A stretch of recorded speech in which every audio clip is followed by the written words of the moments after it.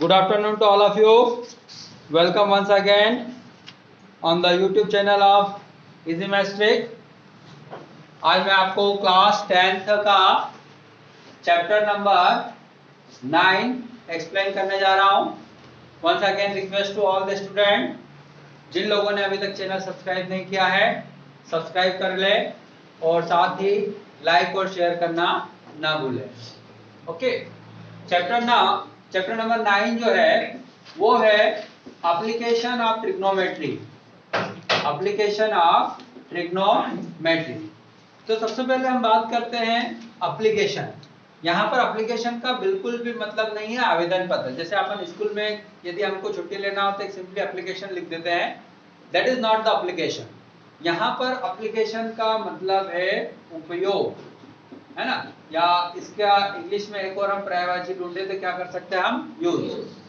तो इससे पहले मैंने चैप्टर 8 में आप सभी को ट्रिग्नोमेट्री के सारे कॉन्सेप्ट क्लियर करे हैं और YouTube व्यूअर्स के लिए भी इंफॉर्मेशन है कि बेसिक कॉन्सेप्ट का एक वीडियो मैंने अपलोड करा है. एक्सरसाइज सॉल्यूशन का वीडियो अपलोड नहीं कर पाया हूँ. ठीक है, कोशिश करूंगा कि हो जाए. नहीं हुआ तो कोई दिक्कत नहीं, आप कमेंट में जरूर लिख कर भेजिएगा. तो एप्लीकेशन ऑफ ट्रिग्नोमेट्री में हमको सबसे पहले बेसिकली दो चीजें इसमें सीखना है नई, बाकी सब वही पुरानी रहेगी.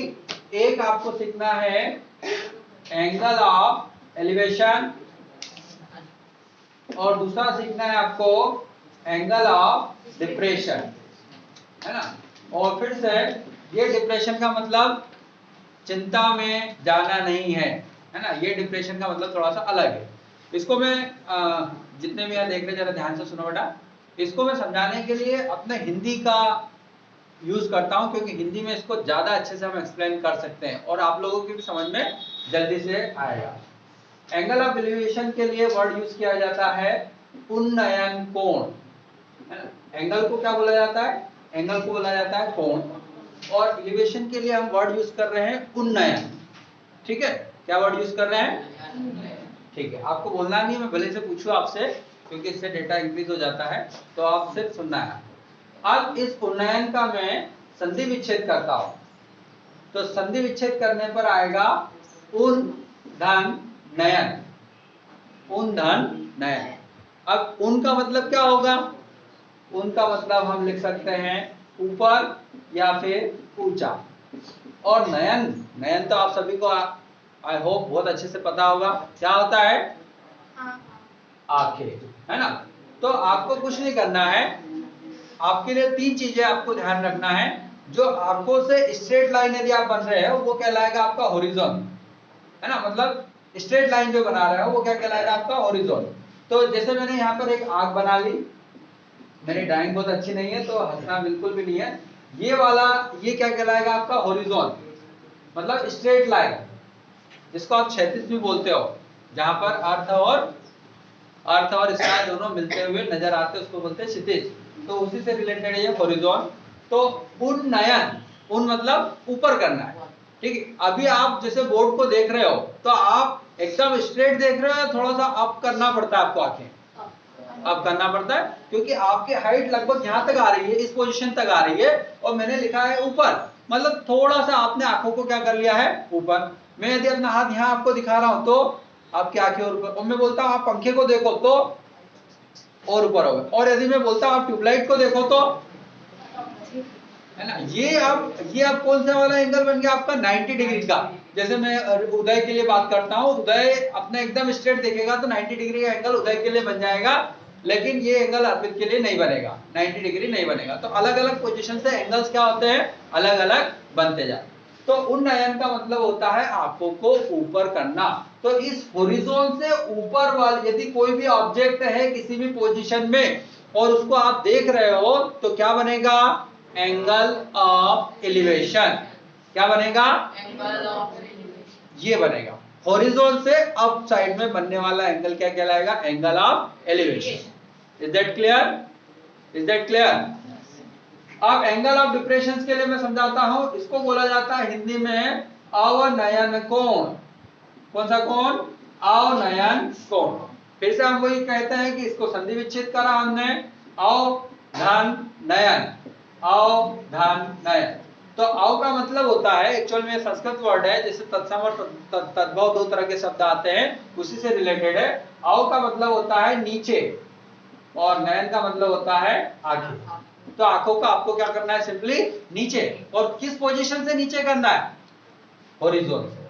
हॉरिजॉन से यदि आप नीचे करते हो, आप आपकी नोटबुक में देख रहे हो, तो डेफिनेटली क्या बनेगा आपके लिए, एंगल ऑफ डिप्रेशन। क्या बनेगा, तो इस हॉरिजॉन से नीचे कोई सा भी पॉइंट आ रहा है, उस कंडीशन में क्या बनेगा आपका, angle of depression.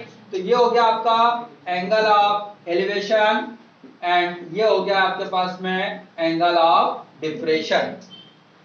Is that clear, angle of elevation and angle of depression. और ऐसा नहीं कि आप किसी एक सिंपल जमीन पे खड़े हो, आप सपोज किसी एक बिल्डिंग के ऊपर खड़े हो, ये एक बिल्डिंग बना दी मैंने, आप उस बिल्डिंग के ऊपर खड़े हो, ठीक है, ये आपकी पोजीशन है, और यहां से आप किसी नीचे पड़े हुए पत्थर को देख रहे हैं, एक मकान को देख रहे हैं, छोटा वाला मकान है, तो इस कंडीशन में कौन सा एंगल बनेगा, डिप्रेशन, एंगल ऑफ डिप्रेशन। और उसी वक्त एक उड़ती हुई चिड़िया को देख रहे हो, तो कौन सा एंगल बनेगा, एंगल ऑफ एलिवेशन।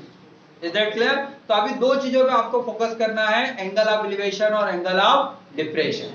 ये दोनों आपके समझ में आ गई है, ठीक है। और जैसे हमने ट्रिग्नोमेट्री चैप्टर नंबर 8 में वर्क किया था, उसमें हमने 0 डिग्री का एंगल और 90 डिग्री का एंगल को अवॉइड कर दिया, मतलब उन दोनों कंडीशन पे आपको वर्क करना ही नहीं। 0 डिग्री का एंगल कब बनेगा, जब कोई ऑब्जेक्ट कहां पर है, हॉरिजॉन पे रखा हुआ है, स्ट्रेट लाइन पे है, तो 0 डिग्री का एंगल बनेगा। और अभी मैंने ट्यूबलाइट का एग्जांपल देते हुए बताया कि एकदम स्ट्रेट आपके सिर के ऊपर यदि कोई ऑब्जेक्ट है, तो वो कितने डिग्री का एंगल बनाएगा, 90 डिग्री का। तो दोनों केसेस अवॉइड करना है, दोनों केसेस हमको इस क्लास 10th लेवल पे सॉल्व नहीं करना है, क्योंकि वहां पर वो जो वैल्यूज है वो क्या आ रही है, नॉट डिफाइंड आ रही है, इंफिनिटी आ रही है कई बार, है ना। ओके, चलो अब आगे बढ़ते हैं। तो बातों बातों में हम ये चीज भूल गए हैं कि इसका यूज क्या है। इसका यूज ये है कि एंगल ऑफ एलिवेशन और एंगल ऑफ डिप्रेशन में से यदि आपको एक भी चीज पता है, मतलब सिंपली हम कह सकते हैं कि एंगल यदि आपको पता है, तो आप इस बिल्डिंग की हाइट निकाल सकते हो, ये बिल्डिंग कितना ऊंचा है ये आप पता लगा सकते हो यदि आपको डिस्टेंस पता है। आप उसकी बिल्डिंग के टॉप की डिस्टेंस निकाल सकते हो यदि आपको डिस्टेंस पता है, ठीक है। तो मतलब 1 2 3, आप सिंपली क्या करना है, एक ट्राइंगल बनाना है। ये मैंने ट्राइंगल बना दिया, ये एंगल कौन सा है, थीटा, एंगल हमारे लिए थीटा। इस थीटा के लिए ये क्या कहलाएगा, परपेंडिकुलर, ये क्या है, बेस, और ये है हाइपोटेनस। तो इन तीन साइड में से एक साइड और एंगल पता है, तो आप बाकी की दो साइड्स को निकाल सकते हो। कैसे निकाल सकते हो, जैसे मैंने थीटा को ले लिया सपोज कितने डिग्री का, 45 डिग्री का। अब मेरे को बेस दे रखा है कितने सेंटीमीटर का, 10 मीटर का बेस दे रखा है, कितने मीटर का, और आपसे पूछ लिया है कि what is the height of the perpendicular, ये परपेंडिकुलर की हाइट क्या है। तो मैं tan थीटा लगाऊंगा सीधे सीधे। tan थीटा किन दो साइड्स का रेशियो होता है, परपेंडिकुलर और बेस का, परपेंडिकुलर और बेस का। tan is the ratio of perpendicular and base.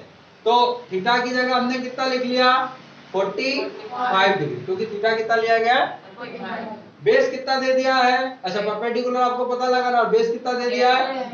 अब tan 45 की वैल्यू आप ऑलरेडी पता है आपको कितनी है, 1, याद है कितनी, 1 इक्वल टू पी बाय 10।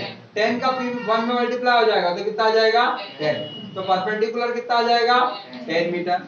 इस तरह से हम एक यदि एंगल पता है तो बाकी की दो साइड्स को कैलकुलेट कर सकते हैं। आपको यदि हाइपोटेनस कैलकुलेट करने के लिए बोल दिया गया, तो ये बताओ बेस और हाइपोटेनस में रिलेशन कहां मिलेगा आपको, बेस और हाइपोटेनस का रिलेशन कहां मिलेगा, कॉस में। किसमें मिलेगा, कॉस थीटा होता है बेस अपॉन हाइपोटेनस। अब थीटा की वैल्यू कितनी है, 45, बेस कितना दिया हुआ है, हाइपोटेनस आपको पता लगाना है।